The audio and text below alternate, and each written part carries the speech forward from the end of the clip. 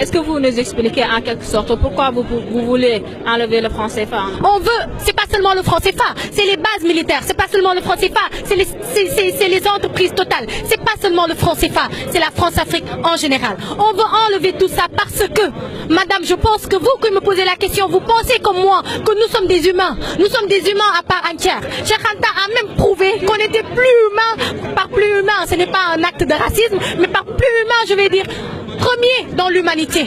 On est les premiers en tout.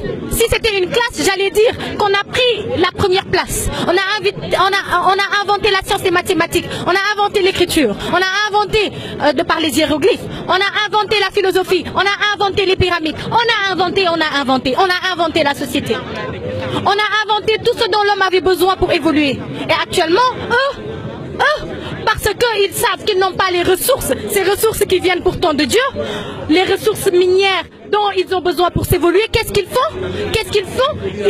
Ils viennent nous retirer ce qui nous revient de droit. Ce qu'on ne peut pas accepter. On ne peut pas continuer à accepter d'être colonisé. Nos ancêtres n'avaient pas le droit à la parole. Moi aujourd'hui, je peux me mettre devant 1000 personnes et dire ce que je pense. Nos ancêtres avaient le droit de se taire et de travailler dans les plantations.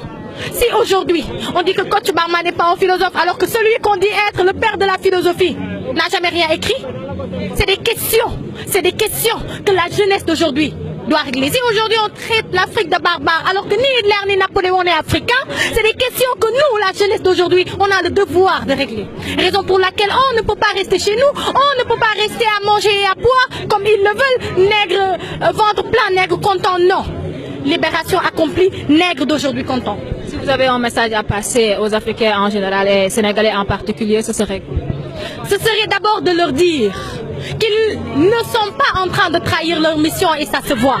De leur dire qu'on sent jusqu'ici les vibrations de Bamako, les vibrations du Congo, les vibrations de Brazzaville.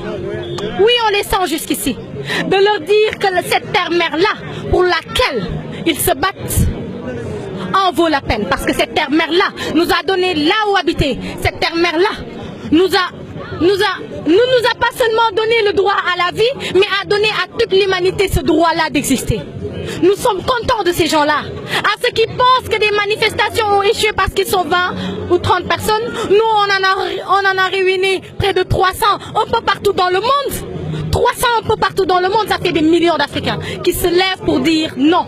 Qui se lèvent pour dire ça suffit, qui se lèvent pour dire abat l'impérialisme. Et ce n'est pas seulement des dires, comme je le dis. Ce n'est pas une révolte qui se prépare, madame, non. C'est une révolution à grande échelle qui se prépare. Et on a les armes pour mettre fin à cette France-Afrique qu'on est en train d'exploiter. Me tuer moi ou tuer le président de l'ONG, Kémy Séba, ne changera rien. Parce qu'on a créé une jeunesse, vous avez vu ici des gens de tout âge, qui vont et qui sont en train de relever ce défi, qui est la libération de notre peuple. Ndeye Nogué Babel Sos. Merci. Ndeye Nogué Babel.